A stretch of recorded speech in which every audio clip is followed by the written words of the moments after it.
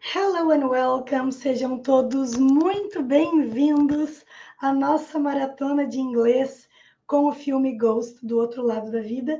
Serão 15 aulas completas e gratuitas sobre vocabulário, pronúncia, estruturas gramaticais do idioma e também frases úteis e expressões para usar no dia a dia e também nos negócios, porque quando o Sam, que é o personagem principal do filme, está no trabalho, nós vemos o inglês corporativo, o inglês para negócios, o business English.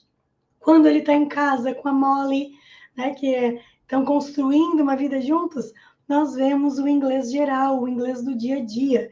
Então, é uma série, assim, não uma série, um filme, né? Nossa maratona, que vai ser uma série de lives riquíssima.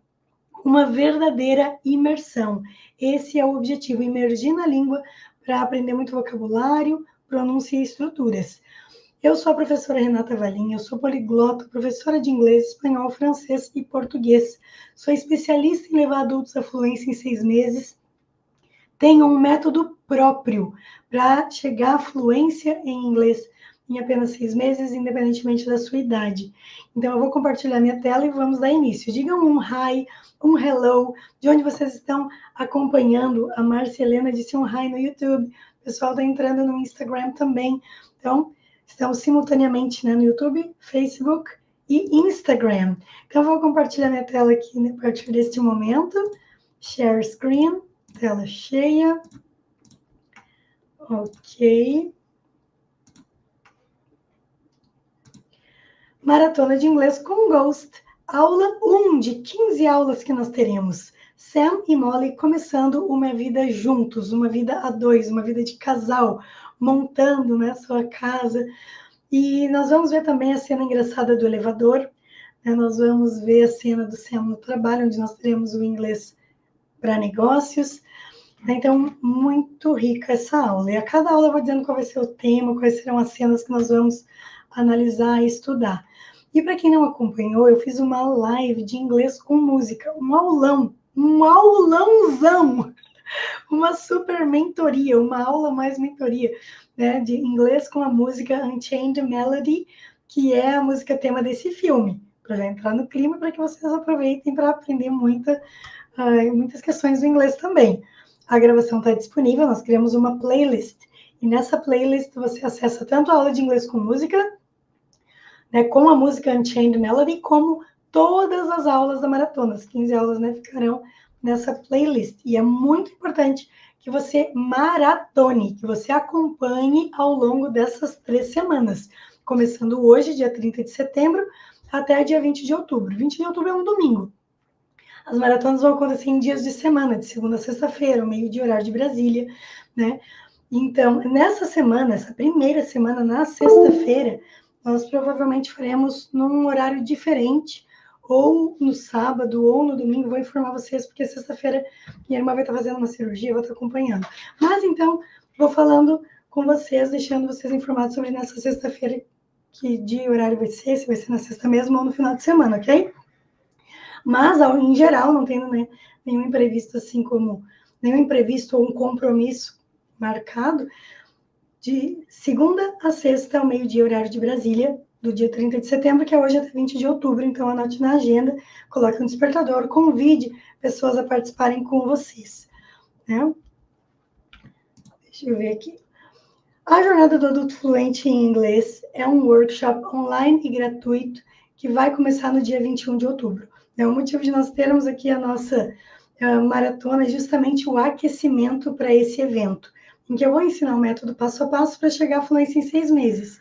E é preciso fazer imersão no inglês para chegar à fluência num idioma em pouco tempo, mesmo morando no Brasil, né, ou se você mora em Portugal, enfim, num lugar que não seja de língua inglesa. E se hoje você já mora num país de língua inglesa, ok, né, você tem seus desafios no dia a dia como um morador, né, de um outro país, de uma língua que você ainda não domina, mas o que eu quero mostrar é que, independentemente de onde você esteja, mesmo que você more num país que não seja língua inglesa falada nele, você vai chegar à fluência. Eu aprendi o inglês, o espanhol e o francês com esse método que eu vou apresentar do dia 21 ao dia 27 de outubro, e me tornei poliglota. Muitos dos meus alunos também se tornam poliglotas com esse método. Então, deixa eu ver aqui, eu acho que meu teclado está dando um probleminha. Ok. Então, eu trouxe aqui um breve vídeo da Gislaine Kelmer, que é uma aluna minha do programa de fluência para adultos, que aprendeu aplicando o meu método. Ela é doutora em química. Meus alunos do programa de fluência têm aulas individuais comigo, né, mentorias.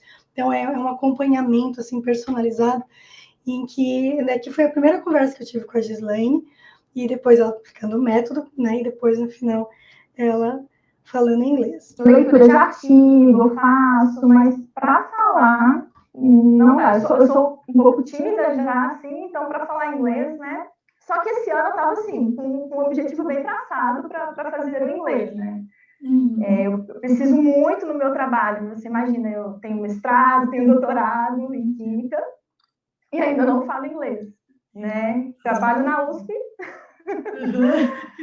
Na USP, então, né, dentro de um laboratório enfim, um laboratório grande, então, que recebe vários pesquisadores de fora, eu sempre fico lá, escondidinha. Vai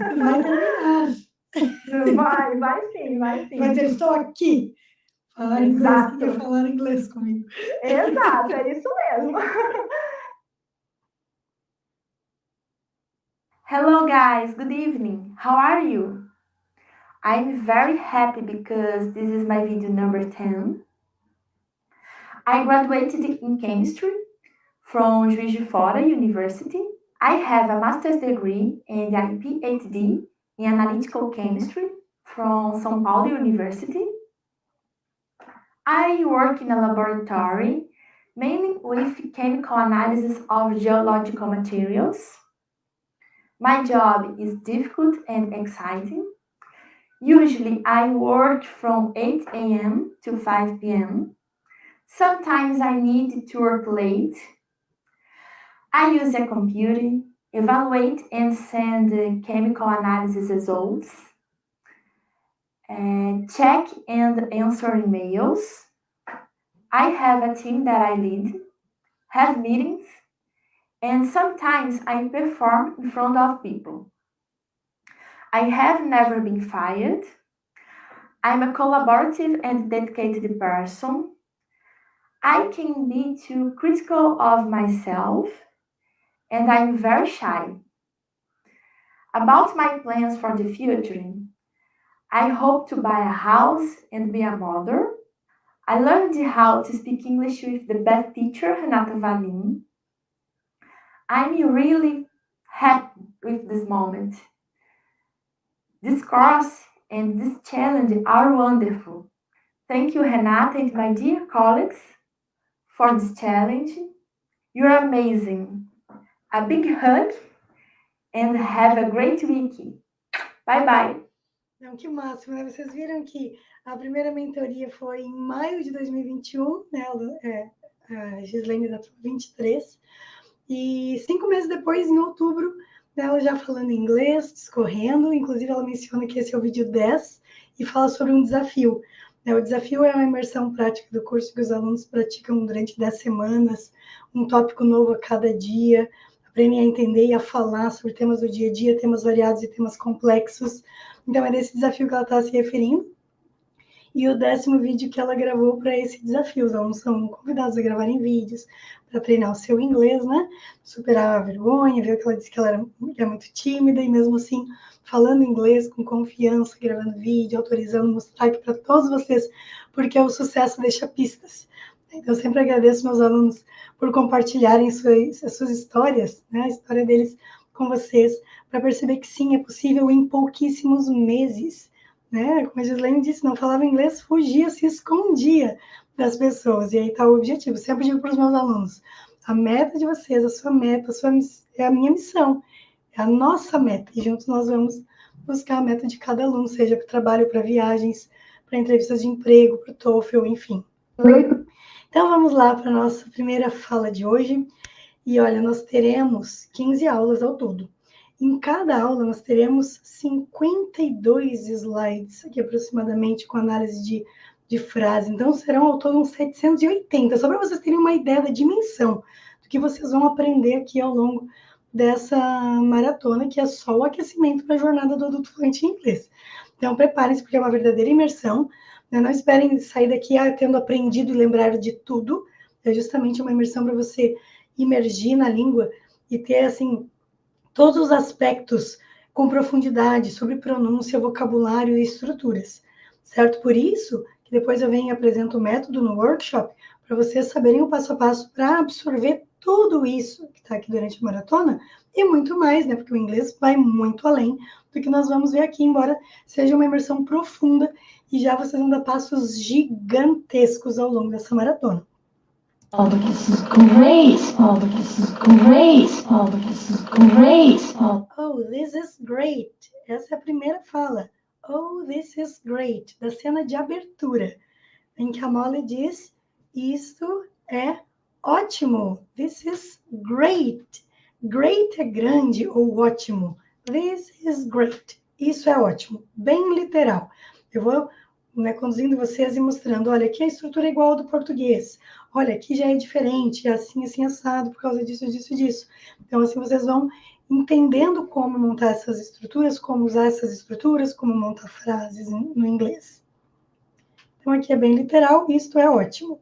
Oh, but this is great. Oh, This is great. Pronúncia, this is great. R retroflexo, enrolando a língua, great.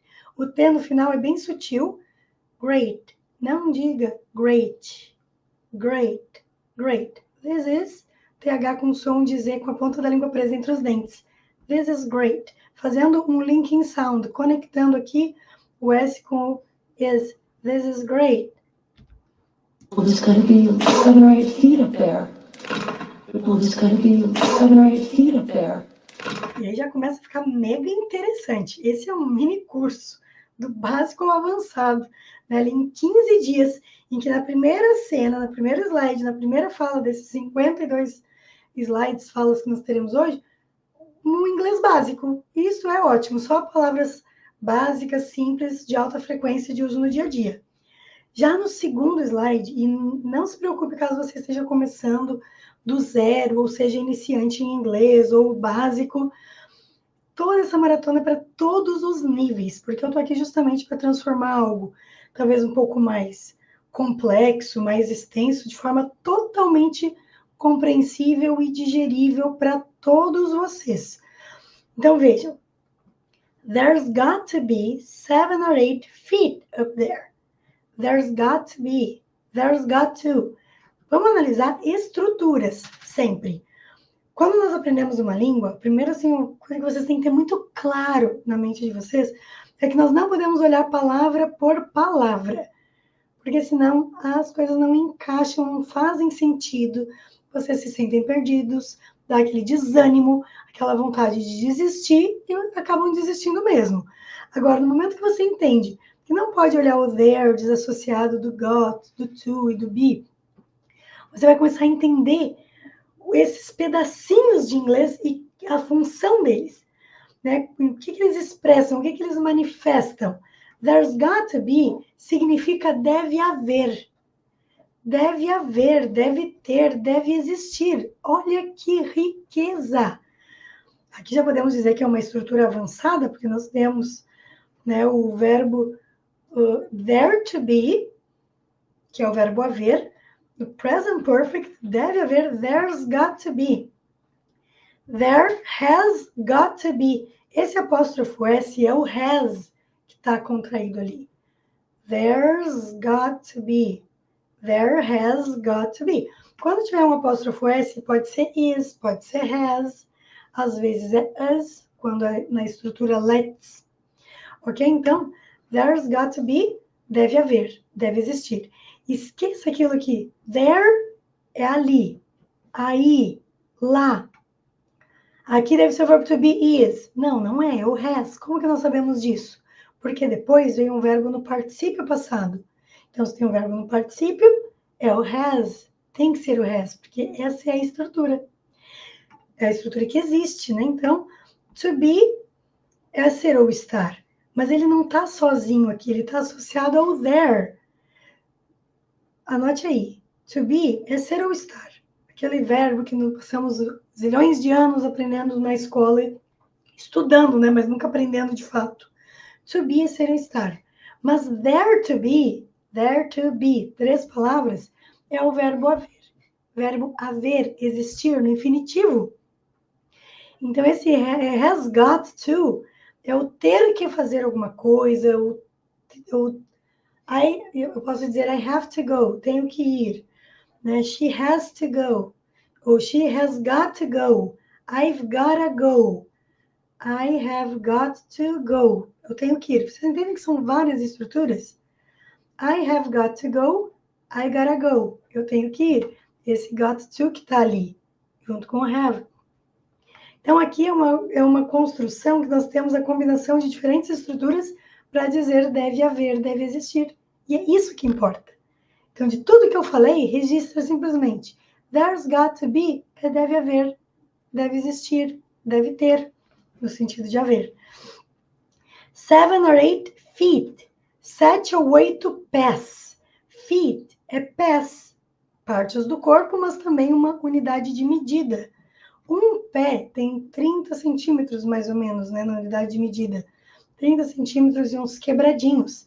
Então, se nós fizermos aqui um cálculo rápido e fazer uma conversão, nós vemos que 7 pés são 7 vezes 30 centímetros.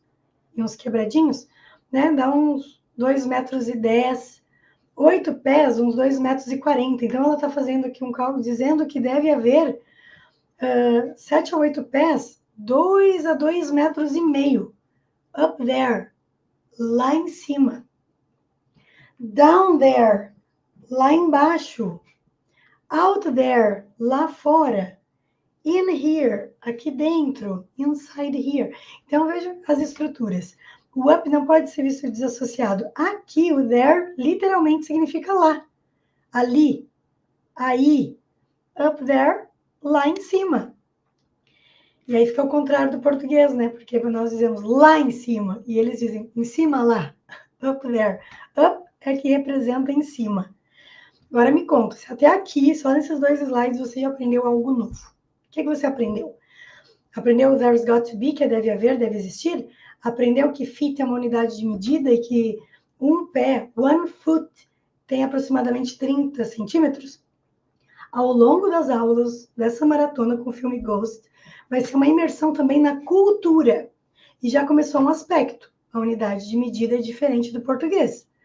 Então, nós veremos hoje ainda também questões de aspectos culturais e ao longo das aulas. Né? Então, é muito rico. Well, there's gotta be 7 or 8 feet up there. Well, there's gotta be 7 or 8 feet up there. Well, there's gotta be 7 or 8 feet up there. There's got to be 7 or 8 feet up there. There's got to be 7 or 8 feet up there. Deve haver 7 ou 8 pés lá em cima. Deve haver uns 2 a 2,5 metros lá em cima. 80 years of dust. 80 years of dust. 80 years of dust. And 80 years of dust. And 80 years of dust. Aqui talvez a palavra dust seja nova para alguns de vocês. Me contem aí. E 80 anos de poeira. Dust é poeira. Powder é pó. Né? Então, powder milk, leite em pó. Dust é poeira. And 80. E aí nós já aprendemos aspectos interessantes da pronúncia, porque 8. Esse T tem sonzinho de T mesmo. 8. Mas é bem sutil, não é 8. E aqui, 80 é 80. 80. T com um sonzinho de R. Bom, é muito importante saber dizer os números corretamente para não se confundir na hora de fazer uma compra, entender um valor, dar dizer um número, uma quantidade ou alguma coisa para alguém e querer dizer 8 e acabar dizendo 80. 80. 80. E muito cuidado também para não dizer H. H em inglês é H. E o número 8, 8. Percebe a diferença? 8, 80. 80 years of dust. Então, muito cuidado para não confundir 8, 80 e H. Oh, look at all this height. Oh, look at all this height. Oh, look at all this height. Look at all this height. Olhe para toda esta altura. Height, altura. Então, veja o vocabulário do dia a dia. Dust, poeira. Height, altura. Look at all this height. Olhe para. Em termos gramaticais, esse at está aqui por causa do look. Look at, olhe para. Você vai olhar para algo ou para alguém, você tem que dizer look at me. Olhe para mim. All this height, toda essa altura. Height, EI com som I, GH mudo, T na ponta da língua. TH com som de Z com a língua presa. Look at all this height. Aqui nós podemos dizer at all, at all, at all. Oh, look at all this height. Oh, look at all this height.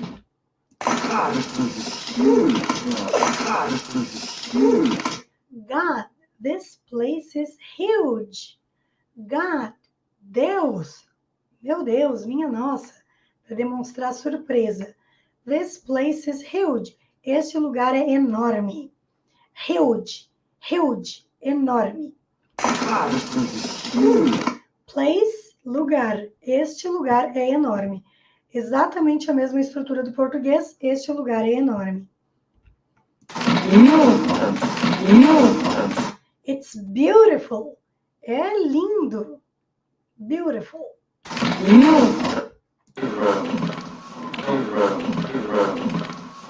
Incredible. Incredible. Incrível. Então, hoje nós aprendemos great, que é ótimo, beautiful, que é lindo, incredible, que é incrível. Penny, Smitty had Penny. Penny, Smitty had Penny. Penny, Smitty had Penny. Hey, it's an Indian head penny. Hey, it's an Indian head penny. Indian head é uma moeda de 1 centavo, né? Penny. Podemos chamar de Indian head penny ou Indian head cent, que é uma moeda de 1 centavo que era produzida nos Estados Unidos entre 1859 e 1909. Então, olha, mais um aspecto cultural. Uma moeda de 1 centavo que foi produzida de 1859 a 1909 e se chamava Indian Head Penny. Indian Head é o nome dessa moeda, né? Indian Head, cabeça de índio. Indian Head. Penny. Penny é a moeda, o centavo, né? Cent, C-E-N-T ou penny, para dizer que é uma moeda de 1 centavo. Penny, Smitty had Penny. Good omen. Good omen. Good omen. It's a good omen. It's a good omen. Alguém aqui já tinha visto a palavra omen? Estou olhando para cá para ver o chat. Márcia Helena disse hi, Terezinha Abreu disse hi, Rio de Janeiro. Juliana Inácio, hi. Mariane Alamar, good afternoon, folks. Boa tarde, pessoal. Vera Feitosa, hello. Dora Primos, I am together. Witherspoon, yours. E a Neiva Valim, minha mãe, hello. E o Fernando, hello, teacher. E muitos mais comentários. Deixa eu ver aqui. Yeah, ok. So, é isso aí, pessoal. Vão mandando seus comentários, vamos fazer algo bem interativo, ok? A Ivone disse, estrutura aqui no Instagram. Vamos aprender sempre estruturas. E a palavra omen? Omen. Omen é presságio. It's a good omen. É um bom presságio. It's a good omen. Encontraram uma moedinha, né, antiga e ele disse que é um bom presságio. Good omen. You're the good omen. You're the good omen. You're the good omen. You're the good omen. Você é o bom presságio. E dá um beijo nele. Então, veja, aprendeu uma palavra nova aqui e ela já aparece de novo na frase seguinte. Você é o bom presságio. Bem literal com o português. Omen. Omen é a pronúncia. Presságio. You're the good omen. Oh, it's so great. Oh, it's so great. Oh, it's so great. Isso é tão ótimo. Não fica muito bem no português. Isso é tão ótimo. Mas então isso é maravilhoso.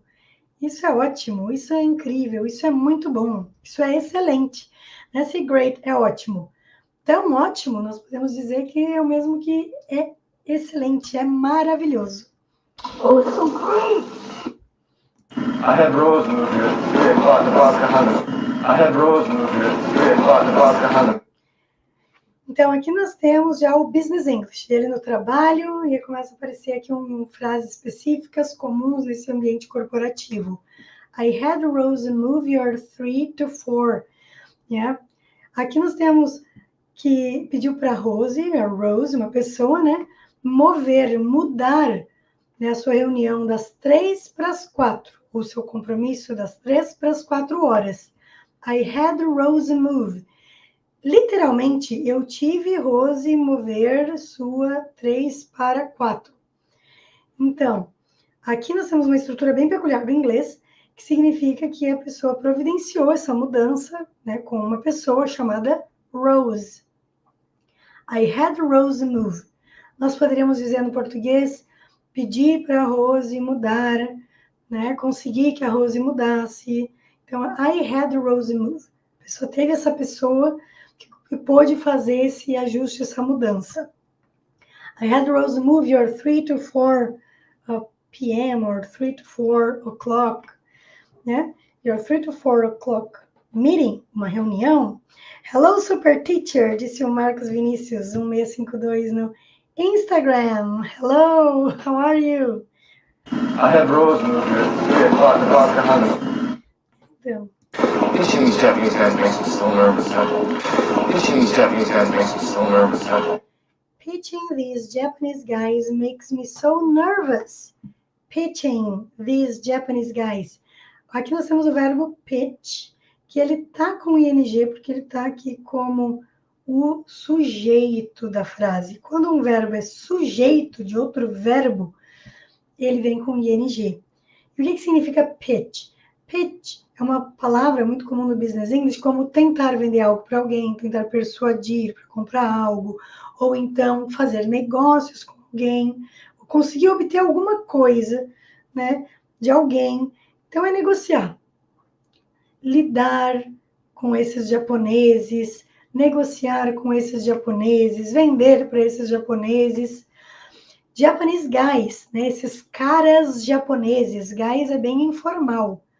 Makes me deixa so nervous, tão nervoso, tão ansioso. Quem não me segue no Instagram, Renata Valim Idiomas, me siga por lá. E quem não está inscrita aqui no canal Renata Valim no YouTube, se inscreva aqui também. Eu publico vídeos todos os dias no Instagram, vídeos curtos, faço os aulões, né, aqui no YouTube. E esses dias publiquei 2 formas de falar ansioso com sentido negativo, né, de estar preocupado, e 4 formas de dizer estou ansiosa por algo bom que vai acontecer. Então é importante vocês estarem antenados no Instagram e aqui no YouTube, para que vocês tenham a experiência completa, ok? Teaching these Japanese guys makes me so nervous. Então, make é fazer, mas também é deixar, tornar, né, negociar. Ó, e veja, não vai nenhuma preposição aqui. Pitching these Japanese guys makes me so nervous, ok? Looking great, where'd you go? Nice. Looking great, where'd you go? Nice. Those are great. Aqui é curioso, porque nós temos those aqui. Literalmente é aqueles. Aqueles são ótimos. Aqui, quando nós estamos fazendo um comentário falando de algo no plural, né, se usa these, T-H-E-S-E, quando é estes, ou those, quando é aqueles, mas o terno, ele está falando do terno do Sam, né, e aí é composto por jacket e pants, né, o paletó e as calças. Isso em inglês se chama suit, que é um terno.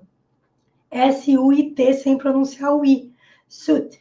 Mas ele está falando da roupa ali, como um todo, né? Those are great. Tipo, essas roupas estão ótimas.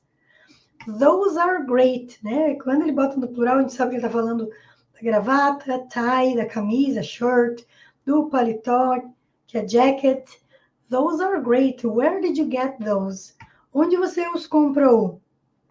Onde você comprou? Veja que não encaixa traduzir esse those aqui no português, ele não faz sentido. E é importante você ter clareza disso para na hora de falar inglês, já saber como falar. Você está vendo uma pessoa com as roupas assim incríveis. Those are great. Where did you get those? Às vezes não pega bem perguntar para a pessoa onde ela comprou, quanto pagou, enfim. Mas dependendo do grau de aproximação, de intimidade, não é problema algum. Where did you get those? Get tem vários usos em inglês, pode ser chegar, comprar, conseguir, obter, receber e muitos outros. Então, pelo contexto, nós vamos saber. Está falando de roupas, que achou ótimas as roupas, então nós deduzimos que é onde você comprou. Nice, legal? Great, where'd you go? Nice. Great, where'd you Legal, ele achou legal, né? Man, look at that. A testarossa. Man, look at that. Cara. O man também é cara, né? Para se referir a um outro homem dizendo, man, cara. Look at that. Olhe para isso. A testarossa. Testarossa, né? Que é um dos carros aqui da Ferrari. Da Ferrari. A testarossa. Um testarossa. Que é a marca do carro. E olha o look at de novo aqui. Hoje nós já vimos 2 vezes a palavra omen, para dizer presságio, o look at, para dizer olhe para, e assim, quando nós fazemos uma imersão, as expressões, estruturas, vocabulários vão se repetindo e vai ficando muito mais fácil de memorizar. Pay off your Mustang first. Pay off your Mustang first. Pay off your Mustang first. Pay off your Mustang first. Pay off é liquidar, terminar de pagar. Então, mais um verbo importante para o dia a dia, pessoal e dos negócios também. Pay off, liquidar, saldar, pagar, terminar de pagar. Termine de pagar o seu Mustang primeiro, antes de comprar um Testarossa. Pay off your Mustang first. Pronúncia. First. E aí com som first. Pay off your Mustang first. Muito interessante, disse o Thelmo Lídio no Instagram. Thank you so much. Feliz que esteja achando muito interessante a nossa super aula. É a primeira, hein, de 15. E depois mais 7 dias de workshop gratuito. Workshop Jornada do Adulto Fluente em Inglês. Se inscrevam. O link para se inscrever no workshop está na descrição dessa aula e também está no link da bio do Instagram. Se não tiver, nós vamos colocar, mas vocês encontram aqui pelo link do YouTube. Nos stories também vou colocar, ok? Então, se inscrevam e participem. Pay off your Mustang first. How are you feeling? What did the doctor say? Ó, a cena do elevador. How are you feeling? Inglês utilíssimo para o dia a dia. Né? Tanto no nosso dia a dia, com amigos, vizinhos, mas também no trabalho, com os colegas, chefes. How are you feeling? Como você está se sentindo? A pessoa está tossindo, parece que não está muito bem. How are you feeling? Como está você sentindo? Literalmente, como está você sentindo? Como você está se sentindo? How are you feeling? What did the doctor say? What did the doctor say? O que o médico disse? Pergunta no passado. Nós usamos did e o verbo não muda. Ele fica normal. What did the doctor say? O que o médico disse? Say é falar, é dizer. No passado, said, S-A-I-D. Did não tem tradução no português, ele indica que o verbo da pergunta, né, que a pergunta está no passado. Assim como nós vimos aqui. Where did you get those? Olha o did, é a mesma estrutura. Uma pergunta com did, é uma pergunta no passado. O verbo não vai para o passado. O passado de get é got. Então, vocês percebem que fica muito mais fácil, simples e rápido de aprender e de entender a gramática do inglês quando você está vendo como ela é usada na prática, como a língua inglesa é usada na prática. Aqui eu nem fiz esse comentário. Eu sabia que mais adiante ele ia aparecer a mesma estrutura e aí eu chamei a atenção de vocês aqui, ó. Did. Aqui também é pergunta. Por ser uma pergunta, tem essa inversão. O verbo to be vem na frente. Como está você sentindo? Então, tem vários tipos de perguntas em inglês. Pergunta com verbo to be, pergunta com did, com do, com does, com will, com can, com could, com shall, com should, com must. Tem muitas perguntas. Então, as estruturas de perguntas em inglês são muito peculiares. 99,99999% das vezes, as perguntas vão ter uma estrutura diferente do português. Eu digo 99,9999, não que para caso haja uma exceção. Eu sei que há exceção. Tem alguma pergunta em inglês, e nós vamos ver que ao longo da maratona, que ela é literal, né, com o português. Mas, em geral, não é. Então, sempre que for formular uma pergunta, já tem que ligar um alerta aí na sua mente para lembrar que não vai ficar igual ao português. What did the doctor say? O que o médico disse, o que o médico falou. Where did you buy? Where did you get? Aqui onde está o get, poderia ser buy. B-U-Y, é comprar. Só que é uma linguagem informal, eles estão conversando. É o inglês falado, então é muito comum usar get em vários casos. Those are great. Where did you get those? Nice, legal? Então, bonito, né? O nice é legal, bonito, simpático, várias coisas, são várias coisas boas. Várias coisas boas, várias coisas positivas. Nice to meet you, prazer em conhecer, né? Então, aqui nós temos estrutura de pergunta. Vem uma WH question, que é uma palavrinha que é usada para fazer perguntas. How é como. What é o que ou qual. Aí nós vimos aqui o where, que é onde. Então, as pessoas ficam se degladiando para aprender, essas palavrinhas, mas é porque aprende isoladamente. Começa a falar, começa a dar coceira na garganta. Cosquinha na garganta. Então, porque tem que aprender assim, dentro de um contexto. Né? Então, como você está sentindo que o médico falou? E aí você percebe que tem uma WH word, que é uma palavrinha interrogativa, depois vem um verbo auxiliar, depois vem o sujeito e depois vem o verbo principal. Essa é uma estrutura muito comum de perguntas em inglês. Não é a única estrutura de perguntas em inglês, mas é uma das mais comuns. É a mais comum. Às vezes a pergunta começa aqui, ó. Are you feeling good? Ou are you feeling good? Pode ter um complemento depois do verbo. Você está se sentindo bem? Né? Então, e aí aqui com o did the doctor say you're gonna be fine? O médico disse que você vai ficar bem?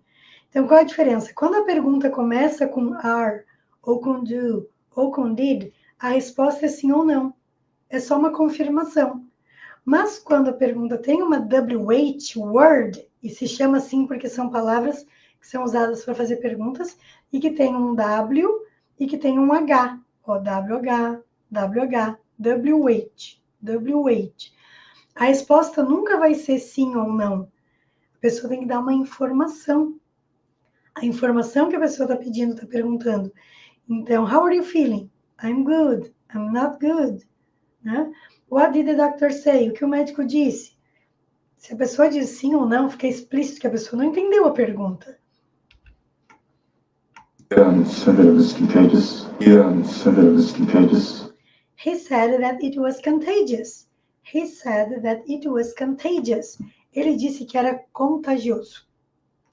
Ele disse que era contagioso. Ele disse que. Na verdade, aqui, ó, that it was, o that é que está unindo o verbo say com a outra frase. Ele disse que isso, o que ele tem, era, é o passado do verbo to be, contagioso. Como assim? Era contagioso, não é mais? Não é isso. É que isso aqui se chama reported speech, quando alguém está dizendo o que o outro falou. Ele disse que era. Aí os verbos ficam no passado. É uma estrutura do inglês, tá? Ele disse que é contagioso, mas ele disse que era contagioso porque ele está reportando ali o que o médico falou. Por isso que os verbos ficam no passado. Said é o passado do verbo say. Nas perguntas o verbo não muda, ele não vai para o passado, é o did, que indica que a frase, a pergunta está no passado. Mas numa frase afirmativa, nós temos que botar o verbo no passado. Numa frase negativa, nós não temos que botar o verbo no passado. Ele não disse. He didn't say. Ele disse. He said. Ele disse? Pergunta. Did he say? Olha que interessante. Contagious, para dizer contagioso, contagiosa. Contagious. It was. Era. Yeah, said it was contagious. Yeah. Pronúncia. Said. Said. Sem pronunciar a letra I. Said. It was really. No, it was really. No. That it was really. That it was really. Que era realmente. Muito. Não. Really. Really. Enrolando a língua para falar o R. Was. Was. That it was. That it was really. It was really. No. He said I shouldn't be coming today. He said I shouldn't be coming today. He said I shouldn't have even be coming in today. He said I shouldn't even be coming in today. Ele disse, aqui nessa frase, ele omitiu that. Esse that que ele falou aqui, né? Ele disse que. É opcional dizer esse that. Aqui com a estrutura do verbo say. Ó, que era muito. It was really. He said, I shouldn't even be coming in today. Ele disse que eu não deveria, shouldn't, não deveria, even, sequer, nem mesmo, even dá uma ênfase. Se a frase é negativa, sequer, nem mesmo. Estar vindo aqui, hoje, né? Eu não tenho aqui, na verdade. O today é hoje. Coming in é vindo, entrando em algum lugar, vindo até aqui. Ele disse que eu sequer deveria estar vindo aqui. De estar vindo hoje, I'm sorry, today, hoje. Ele disse que eu sequer deveria estar vindo hoje. Então, o come é vir, coming in, né? De vir no sentido de entrar em algum lugar. Estar em lugares fechados, né? He said I shouldn't be coming today. About the rash. About the rash. About the rash. What about the rash? What about the rash? Entenderam a pergunta? O que o Sam quer saber? What about the rash? Rash é comichão. Comichão é, né, quando começa a comichar muito. E também é erupção cutânea. As erupções cutâneas, alergias, comichão, ok? Também pode ser assadura, quando se fala de um bebê, né? O rash seria uma assadura. What about the rash? E as erupções cutâneas e o comichão, a coceira? Coceira em inglês é itch. I-T-C-H, itch. Tem diferença, né, entre uma coceira que eu tô aqui no braço e um comichão. Então, rash, comichão ou erupção cutânea. What about? Essa estrutura é interessante porque significa e quanto a erupção cutânea, e quanto ao comichão. Então, não dá para traduzir ao pé da letra o que sobre. Não é o que sobre. É e quanto à erupção cutânea. About the rash. The rash. The rash. The rash, o comichão, a erupção cutânea. The rash.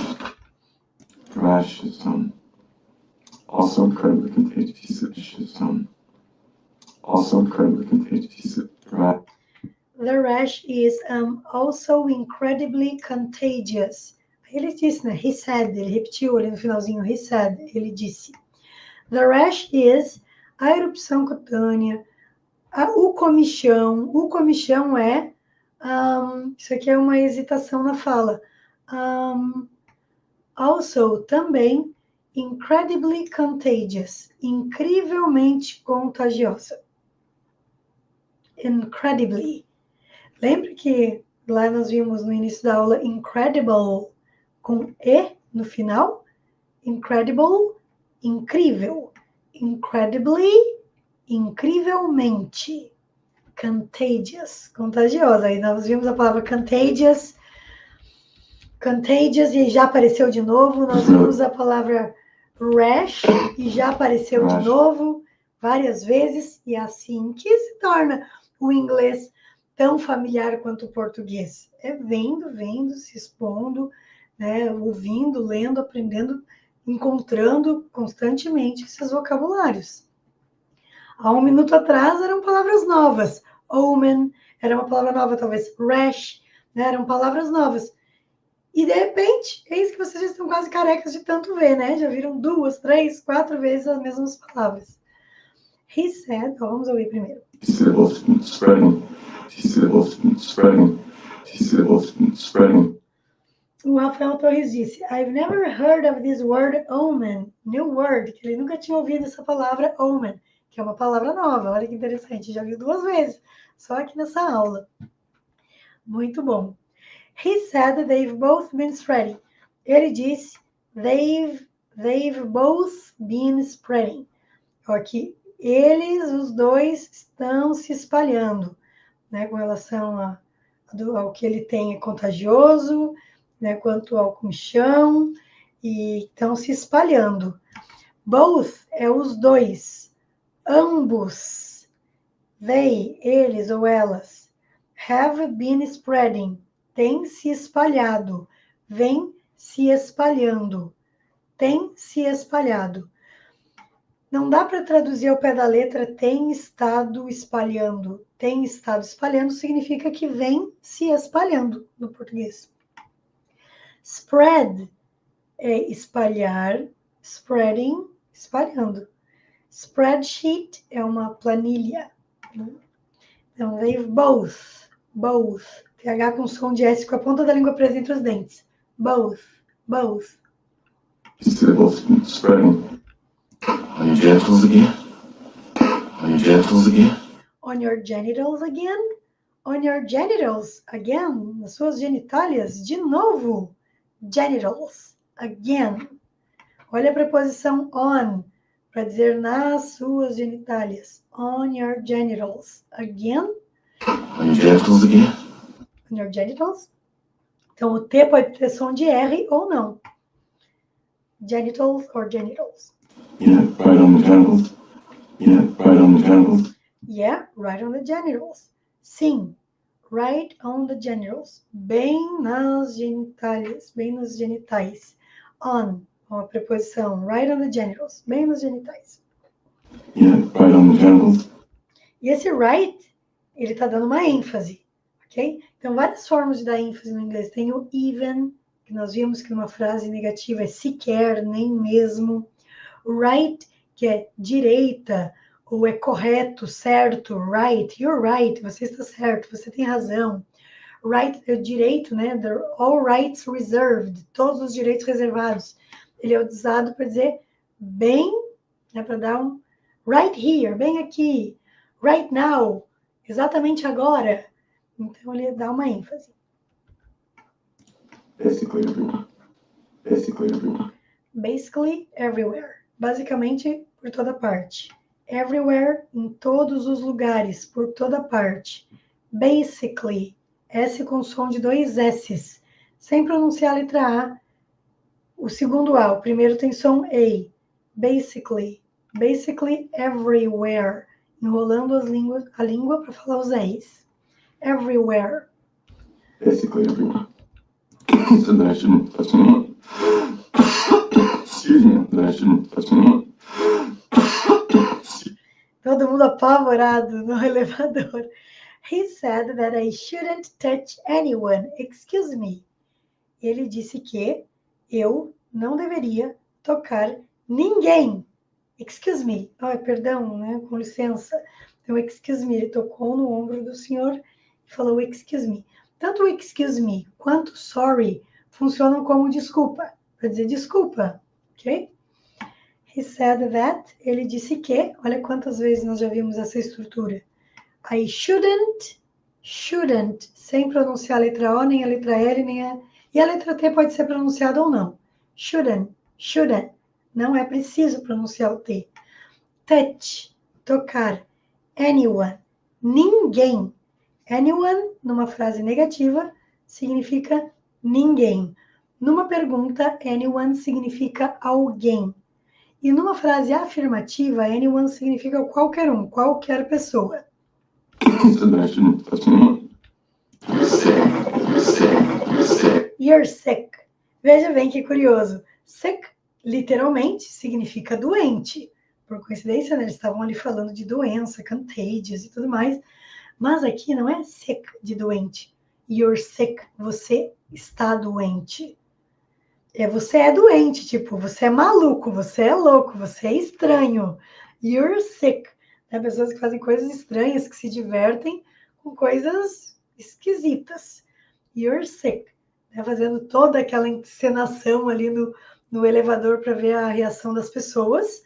É um comentário que se aplica a dizer you're sick. Você é maluco. Você é estranho. Você é doido. You're sick. Mas literalmente sick é doente, tá bom? You're sick. Andy Dillon called. Andy Dillon called. Andy Dillon called. Andy Dillon called. Andy Dillon, que é o nome de uma pessoa, ligou, chamou, telefonou. Andy Dillon called. Andy Dillon ligou, telefonou, chamou. E o nome Andy é bem curioso no inglês, porque pode ser homem ou pode ser mulher. Alex também. Alex, às vezes é um homem, às vezes é uma mulher. Então, mais uma questão cultural. Saber que Andy pode ser masculino ou feminino. Alex também. Says he needs $900,000 transferred to Albany by 10. Says he needs $900,000 transferred to Albany by 10. He says he needs 900,000 transferred to Albany by 10. Olha só o business English aqui. He says he needs. Aqui sabemos que Andy é homem, porque nós temos he says. Foi omitido that. He says that he needs. Ele disse que ele precisa. No inglês, nós temos que ter um sujeito explícito para cada verbo. Então, ele diz que ele precisa de 900 mil dólares transferidos para Albany até às 10 da manhã.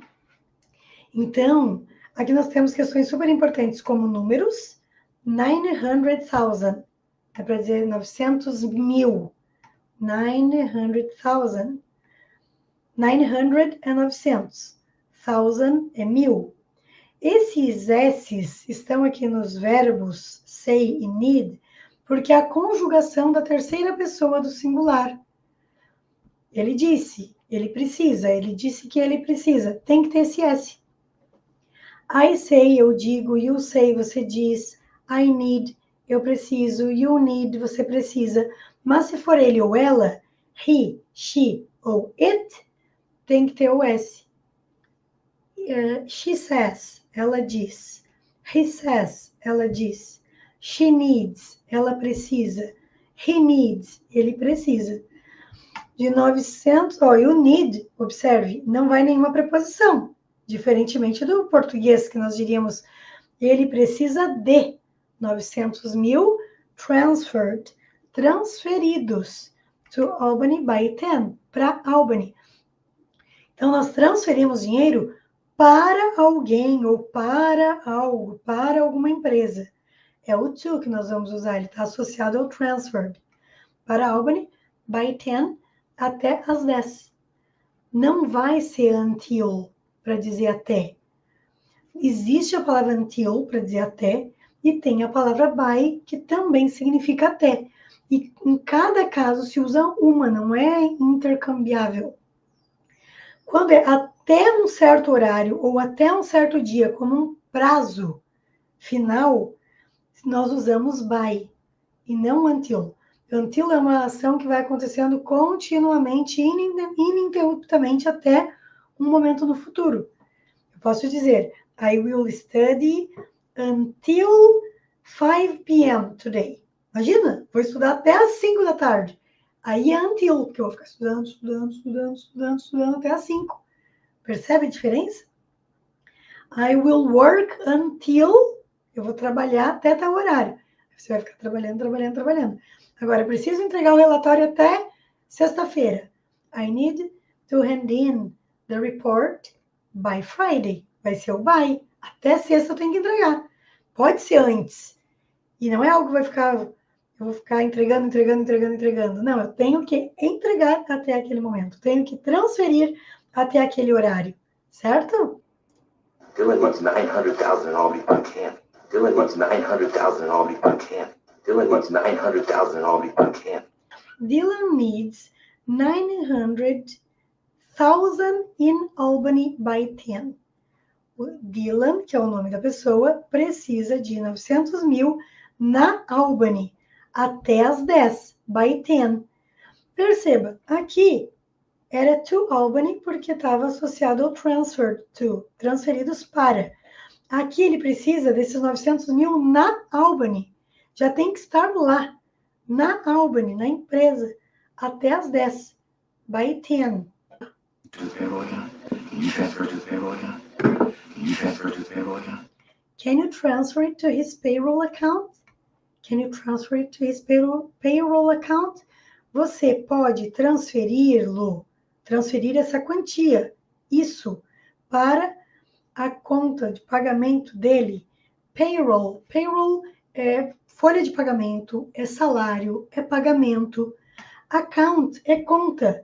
Payroll account é uma conta de pagamento. É uma conta feita para pagamentos, para receber os pagamentos. Can you transfer? Olha só uma pergunta. Pode você transferir? Toda pergunta com can, o can vem na frente. It é o que vai ser transferido. Nesse contexto, é a quantia de 900 mil dólares. 900,000. Lembre-se, 100 é 100. 1,000 é 1.000. E não confunda, porque tem muita diferença, né? Dizer 900 ou 9,000 ou 900,000. 900 para 9.000 ou 900 mil tem toda a diferença. Então não dá para confundir. Olha o transfer ligado ao to aqui de novo, pessoal. É a mesma estrutura, olha. Aqui está no passado. Aqui é o particípio passado, transferido. É transferidos. Mas também é transferiu. Transferir pode ser passado simples. Account, ou com som A. Can you transfer it to his? His é dele. Se fosse uma mulher, seria her, dela. H-E-R. Payroll. Enrolando a língua, L com som de L mesmo. Can you transfer to the payroll account? Yeah, we need your MAC code. We need your MAC code.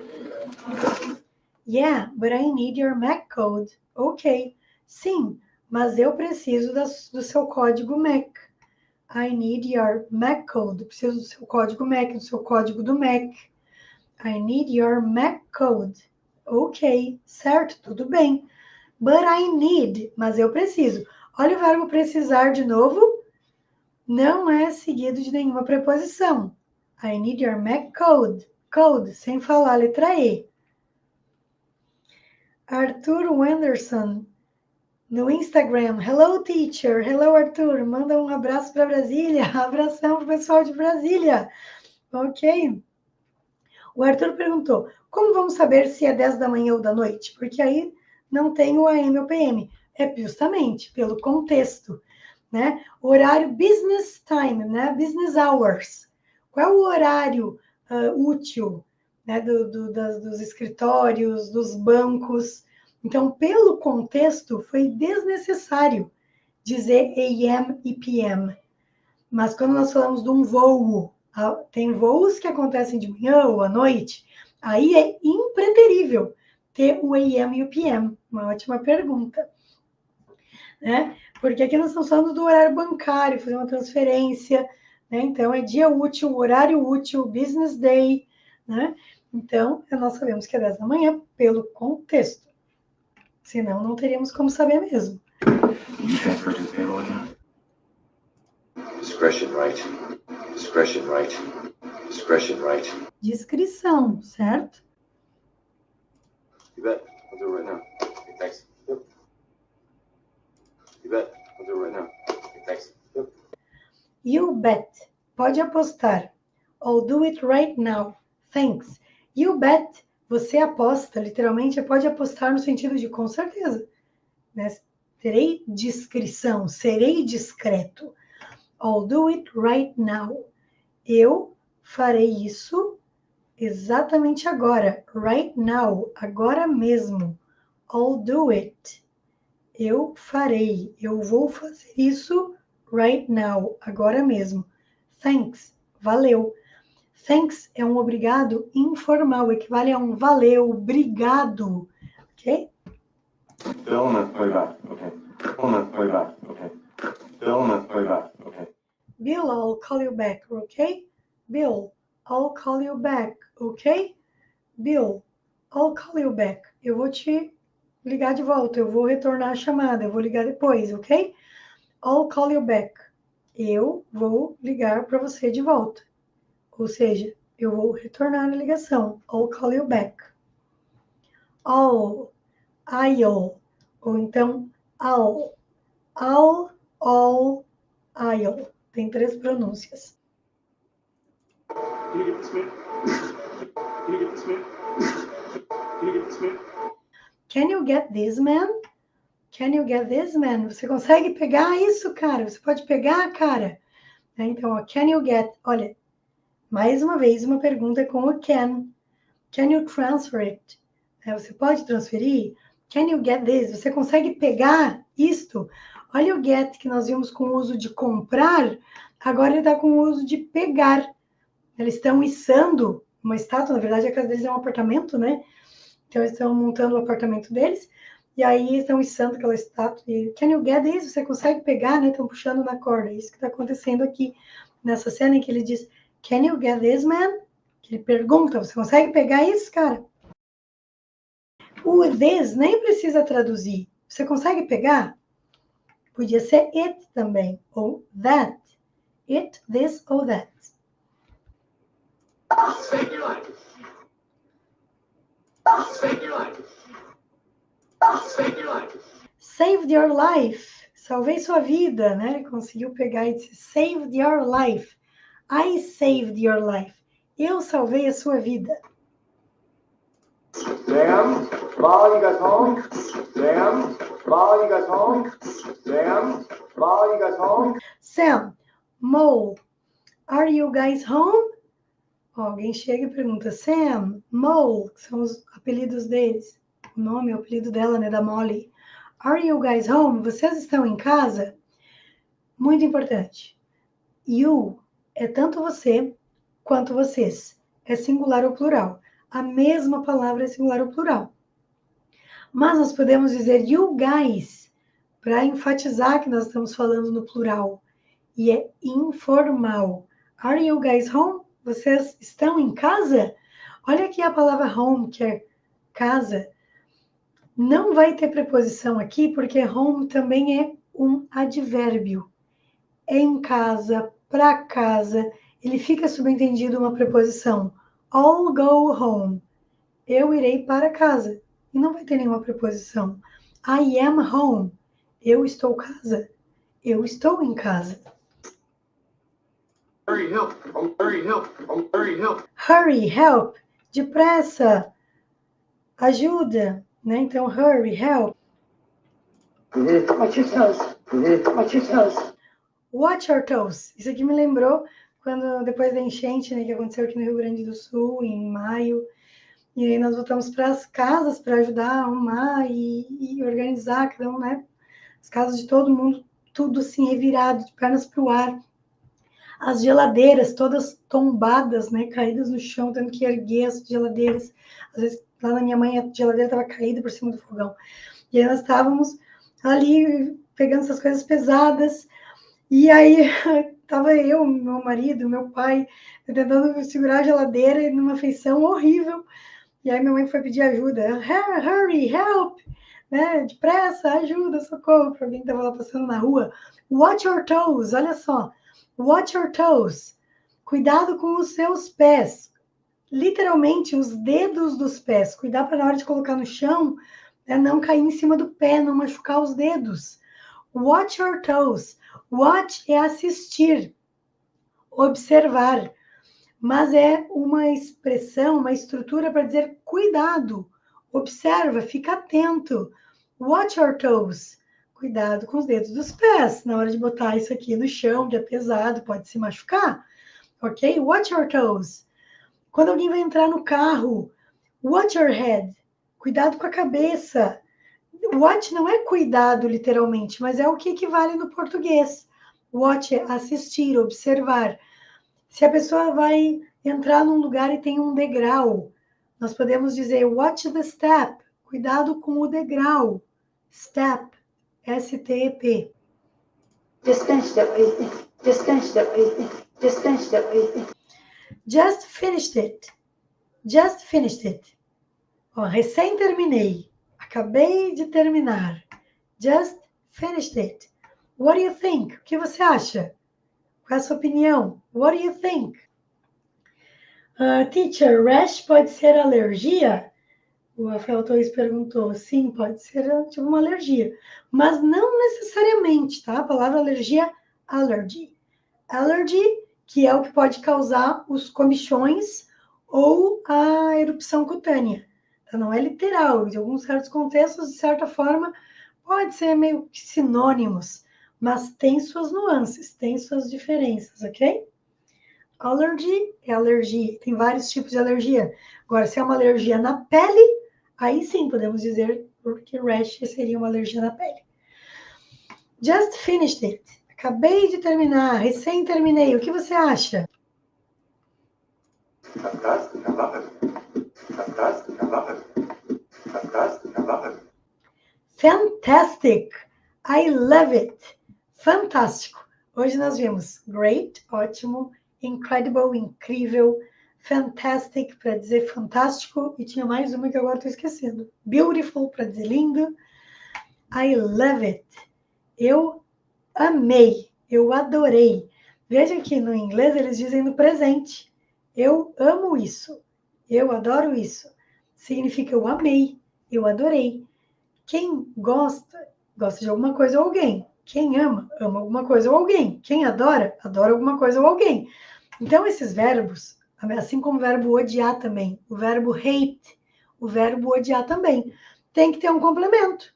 I love it. I hate it. I like it. I want it. Ainda ontem publiquei um vídeo, um reel, no Instagram falando sobre o verbo querer. Para dizer eu quero ou eu não quero, tem que ter esse it. O verbo gostar, adorar, odiar também. Se você quer dizer, eu gostou da aula, eu amei a aula. É essa frase que vocês precisam dizer. I love it. Por que não fica loved? I loved it no passado. Porque o passado simples do inglês é algo que aconteceu e acabou. Você amou, não necessariamente continua amando. Entende? É presente. Você gostou da aula, você continua gostando da aula. Então, é algo do presente. Eu gosto dessa aula. Eu amo essa aula. I love it. Ou o apartamento. I love it. Eu amo esse apartamento. Eu amei. É a estrutura do português que coloca no passado. Mas no inglês, não. Sam, what's this chair doing here? Sam, what's this chair doing here? Sam, what's this chair doing here? Sam, what's this chair doing here? Sam, o que essa cadeira está fazendo aqui? What's this chair doing here? O que está esta cadeira fazendo aqui? Chair, cadeira, uma abreviação de armchair, também quando se trata de uma poltrona, né? Aqui tem uma poltrona. Então, uma poltrona, armchair, uma cadeira, chair. Ou chair, uma palavra genérica para se referir, né, para qualquer tipo de cadeira. Por ser uma pergunta, is vem na frente do sujeito. O que está esta cadeira fazendo aqui? Do é fazer, doing, fazendo aqui nessa frase. Here, aqui. What do you mean I love that chair? What do you mean I love that chair? What do you mean I love that chair? What do you mean? O que você quer dizer? What do you mean? I love that chair. Eu amo essa cadeira, eu amo essa poltrona. Oh, you love this chair, but we discussed this. Oh, you love this chair, but we discussed this. Oh, you love this chair, but we discussed this. I know you love this chair, but we discussed this. I know you love this chair, but we discussed this. Eu sei que você ama, adora esta cadeira, mas nós discutimos isso. Nós já conversamos sobre isso. A Ivone Souza disse aqui no Instagram, I love it. Thanks so much. Ela está amando a aula. I know you love this chair, but we discussed this. I've had it forever. I've had it forever. I've had it forever. I've had it forever. Ele está dizendo aqui, eu a tenho, eu sempre a tive. Eu sempre tive essa cadeira. I've had it forever. I've had it. Present perfect. Eu tenho tido ela, a cadeira, a poltrona, forever, para sempre. Como eu falei, não dá para traduzir ao pé da letra. Então, essa frase, I've had it forever, significa eu sempre a tive. Eu sempre tive ela, a cadeira, né? Ela. Eu sempre tive ela. Eu sempre a tive. Então, quando tem uma coisa aí que você tem há muito tempo na sua casa, você sempre teve, você pode usar essa frase. I've had it forever. When I watch TV, I sit in it. When I watch TV, I sit in it. When I watch TV, I sit in it. When I watch TV, I sit in it. Quando eu assisto TV, eu sento nela. When I watch TV, I sit in it. Eu sento nela. Olha o in. Quando é uma poltrona que tem braços, a gente usa in. Sentar nela, como se fosse sentar dentro dela. Chair is ugly. This chair is ugly. Chair is ugly. This chair is ugly. This chair is ugly. Esta cadeira é feia. This chair is ugly. Ugly é o contrário de beautiful, de pretty, né? Que nós vimos como bonito, lindo. Beautiful é lindo, bonito. Pretty, bela. This chair is ugly. Essa cadeira é feia. É muito importante aprender palavras assim com antônimos. Palavras que têm um significado contrário. Porque aí você enriquece o seu vocabulário mais rápido. Ou palavras relacionadas. Por exemplo, chair é cadeira. Table, mesa. Né? Armchair, poltrona. Sofa ou couch é o sofá. Couch. Couch. C-O-U-C-H. Couch. Né? Ou então, sofa. S-O-F-A. Sem acento. So, And it doesn't go with anything. goes with me. So, And it doesn't go with anything. goes with me. So, então, and it doesn't go with anything. And it doesn't go, isso não vai com nada. Ou seja, isso não combina com nada. It goes with me. It goes with me. Combina comigo. Então, ó, isso vai comigo significa ela, a poltrona, vai no sentido de combina comigo. Sabiam que o verbo go, aqui nesse contexto, né, pode ser usado como combinar? Existe a palavra match, que é combinar também. M-A-T-C-H, match. Que interessante, I've had it forever, disse o Rafael Torres. Fantastic, your classes, disse o Bora Primos. Thanks so much. Arsenio, hi, hello. Então, ó, and it doesn't go with anything. It goes with me. E não combina com nada, combina comigo. So, And it doesn't go with anything. goes with me. Veja que na fala, ele não falou it, falou goes with me. Como se ele tivesse aproveitado o it aqui da frase que ela disse anteriormente. Goes with me. Informalmente, na fala, no inglês informal, é comum omitir o sujeito na fala. Mas aqui é a frase completa, tá? Seria it goes with me. Right, it does. Right, it does. Right, it does. You're right, it does. Você está certo, você tem razão. Lembra que eu comentei sobre a frase you're right? Quando eu falei sobre a palavra right anteriormente nessa aula, e eis que surge aqui a frase you're right. Você está certo. É o mesmo que dizer você tem razão. É isso que você vai dizer quando quiser falar para alguém você tem razão. You're right. Você está certo. It does. Por que does? O does vai retomar o verbo que foi dito anteriormente. Para não dizer de novo, it goes with you, it goes, it does. Vai retomar qualquer verbo que tenha sido dito anteriormente no presente. You're right, it does. Você tem razão, combina. It goes with you. Maratona de inglês com o filme Ghost. Essa foi a nossa primeira aula. Sam e Molly começando uma vida juntos, né? Nós vimos eles no trabalho, nós vimos eles montando apartamento, vimos inglês geral, business English. Quem não assistiu ainda ou quiser rever a aula de inglês com a música Unchained Melody, tá na playlist em que vão ficar todas essas aulas, né? Aí durante a nossa maratona, durante o nosso evento com o filme Ghost. Assista, reveja. A playlist está aqui na descrição dessa aula, no YouTube, no Facebook e também no link da bio do Instagram. E essa maratona que está começando hoje, dia 30 de setembro, vai até o dia 20 de outubro, né? Ao meio-dia, horário de Brasília, de segunda a sexta-feira. Então, é isso, pessoal. Nossa maratona é o aquecimento para o workshop Jornada do Adulto Fluente em Inglês, que vai acontecer do dia 21 ao dia 27 de outubro. Uma semana de aulas, materiais para download, ensinando passo a passo para chegar à fluência em 6 meses, aprender, absorver, lembrar, entender, falar inglês, tudo isso que vocês estão vendo aqui e muito mais. Então, espero que tenham gostado.